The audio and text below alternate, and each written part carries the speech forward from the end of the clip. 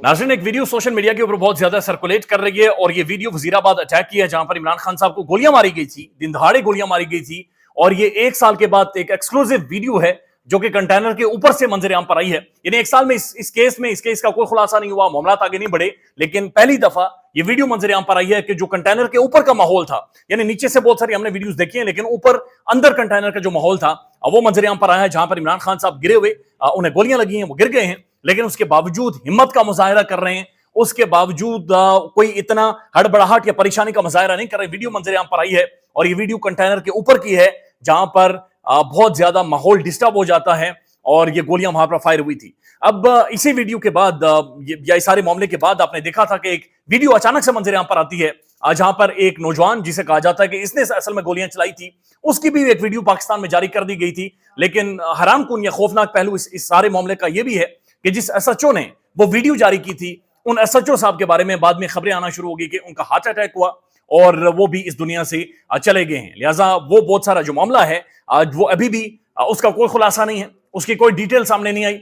इस मामले का पूरी तशरीह हमारे सामने अभी तक सामने नहीं आ सकी, लेकिन आने वाले टाइम में यकीनी तौर पर सामने आएगी। तो रिजीम चेंज के बाद बहुत सारे ऐसे मामला थे, बहुत सारे ऐसे वाकयात हैं जो पाकिस्तान में रोनमा हुए हैं, लेकिन उनकी मुकम्मल तफसीलात या मुकम्मल खुलासा हमारे सामने नहीं आया। इस वीडियो की कुछ क्लिप्स आप जरूर देखें, लेकिन पूरी वीडियो जाहिर है जारी नहीं की जा सकती चूंकि हसास किस्म का ये कंटेंट है सोशल मीडिया पर, या फिर कम से कम यूट्यूब की हद तक ये आपके सामने नहीं आ सकता। उसके बाद एक और वीडियो है, ये अगेन वीडियो सर्कुलेट कर रही है, लेकिन ये वीडियो लाहौर की है। ये लाहौर की सेशन कोर्ट की वीडियो है जहां पर पुलिस और जो पाकिस्तान के वकला हैं, लॉयर्स हैं, वो एक दूसरे के आमने सामने आए हैं। और आज पहली दफा लॉयर्स ने, वकला ने बाकायदे से पुलिस का रास्ता रोका है कि वो सेशन कोर्ट के अंदर, कचहरी के अंदर दाखिल नहीं हो सकती। अब ये डेवलपिंग स्टोरी है और पुलिस ने एक भारी नफरी वहां पर पहुंचा दी है, पहुंच गई है, पुलिस वहां पर बड़ी तादाद में पहुंच गई है।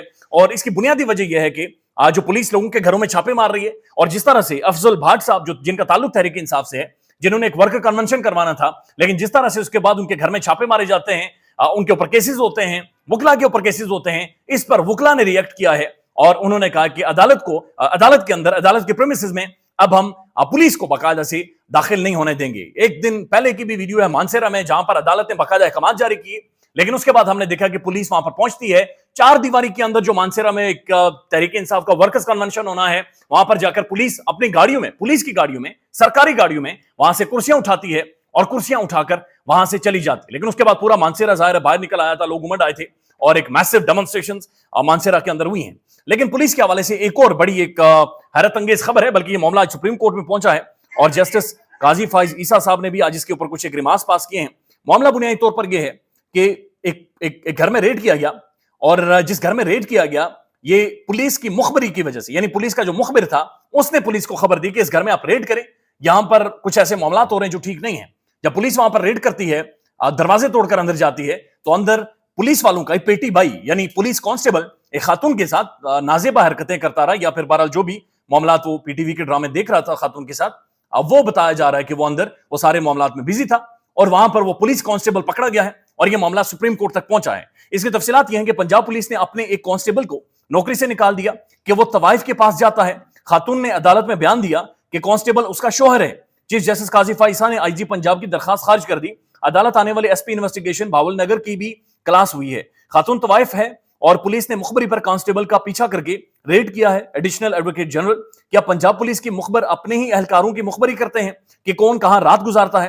क्या भावल नगर में आज क्राइम रेट सिफर है? जो एसपी खुद उठकर एक मामूली केस के लिए सुप्रीम कोर्ट आ गए हैं। अफसरान तो ऐसे आए जैसे ये कोई इतना बड़ा केस है कि पाकिस्तान की दीवारें हिल जाएंगी। तो चीफ जस्टिस इसके ऊपर बरहम हुए कि ये मामला आप लेकर मेरे सामने क्यों आए हैं।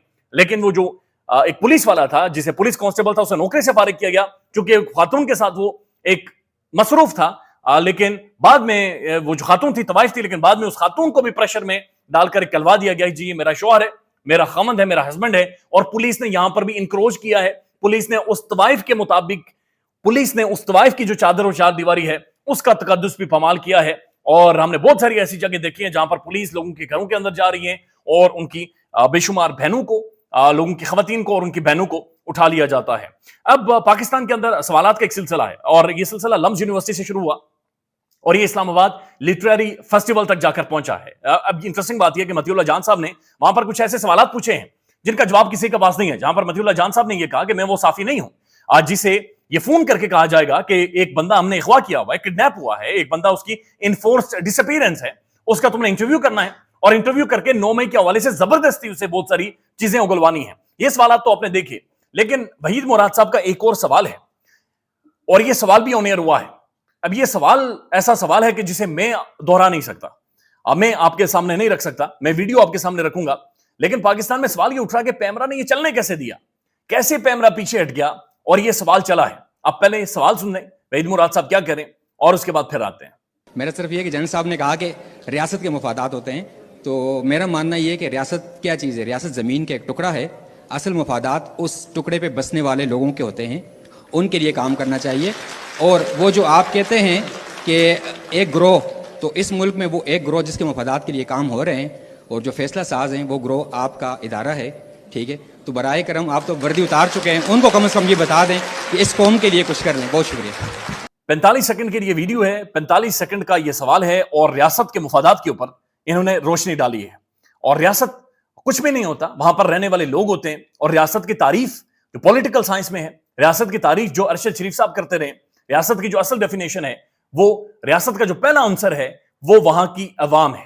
لہٰذا عوامی مفادات ہوتے ہیں. ریاست کے مفادات سے مراد یہ ہوتی ہے کہ جو بھی ریاست مفادات بنائے گی, ریاست کے ادارے, وہ عوام کے لیے بنائیں گے, چونکہ عوام ہی اصل ریاست ہوتی ہے, عوام ہی اصل ریاست کے مالک ہوتے ہیں, عوام کے لیے ہی تمام تر چیزیں کی جاتی ہیں, عوام کے لیے حکومت بھی بنائی جاتی ہے. اور اسی کے اوپر انہوں نے سوال کیا, اور انہوں نے کہا کہ سب کو مل کر اس سارے معاملے کے اوپر کچھ نہ کچھ کرنا چاہیے, اور اپنا کنٹریبیوشن اس سارے معاملے کے اوپر باقاعدہ سے دینا چاہیے. اب ایک اور ڈیولپمنٹ ہے, اور یہ ڈیولپمنٹ یہ ہے کہ جو عمران خان صاحب کا ٹرائل چل رہا ہے خفیہ عدالت میں اڈیالہ جیل کے اندر, اس ٹرائل کے دوران جو معزز جج صاحب ہیں ابو الحسنات ذوالقرنین صاحب, جنہوں نے عمران خان صاحب کے بچوں سے بات چیت کروانے کی اجازت دی تھی, اور اس کے بعد عمران خان صاحب کو باقاعدہ سے طنز بھی کیا تھا کہ خان صاحب اگر آپ کہیں تو آپ کے بیرک کے اندر ہم سوئمنگ پول بھی بنوا دیں, اور آپ کو موٹر سائیکل چاہیے تو موٹر سائیکل بھی دے دیتے ہیں. لیکن ان کے جو احکامات تھے کہ عمران خان صاحب کی ان کے بچوں سے بات چیت کروا جائے, وہ احکامات جیل سپرنٹینڈنٹ نے اڑا دیے, اور اس نے ہوا میں اڑا کر رکھے ہیں, اور باقاعدہ سے انہیں توہین عدالت کا نوٹس جاری ہوا ہے. یعنی عدالت یہ کہہ رہی ہے جیل سپرنٹینڈنٹ کو کہ آپ نے عمران خان کے بچوں سے بات چیت کروانی ہے, لیکن جیل سپرنٹینڈنٹ اپنے تہیں فیصلہ کر دیتے ہیں کہ میں عمران خان کی ان کے بچوں سے بات چیت نہیں کروں. اب بچوں سے بات چیت میں آپ کو بڑا کلیئر ہے, کوئی سیکورٹی تھریٹ نہیں ہے, کوئی معاملات نہیں ہے, کوئی راز لیک نہیں ہو جائے گا, عمران خان کو کیس کے اوپر اثر انداز نہیں ہوگا, لیکن ہٹ درمی دکھانی ہے, لیکن زور دکھانا ہے, لیکن طاقت دکھانی, لیکن یہ دکھانا ہے کہ عدالتی احکامات بھی پاکستان میں نہیں مانے جائیں گے. اور یہی کام مانسیرا میں ہوا, جہاں پر پشاور ہائی کورٹ نے باقاعدہ سے فیصلہ دیا تھا, اور تحریک انصاف فیصلہ لے کر گئی تھی کہ ہم نے ورکرز کنونشن کرنے ہیں, لیکن ورکرز کنونشن کہیں پر نظر نہیں آئے. اور یہ پھر قاضی فائز صاحب کے اوپر بھی سوالات اٹھتے ہیں, جو اس چیز پر تو زور دیتے ہیں کہ انتخابات کے بارے میں آپ نے اب ہم نہیں پتا کرنا, انتخابات ہوں گے لیکن لیول پلینگ فیلڈ وہ نہیں ہے. اس کے اوپر قاضی فائز صاحب نہ تو بات کرتے ہیں, نہ اس طرف آتے. میاں نواز شریف صاحب نے فیصلہ کیا کہ پاکستان کے 4 صوبوں کا دورہ کریں گے, اور 4 صوبوں میں جلسے, جلوس, پبلک ریلیز, پورا ایک ماحول بنائیں گے.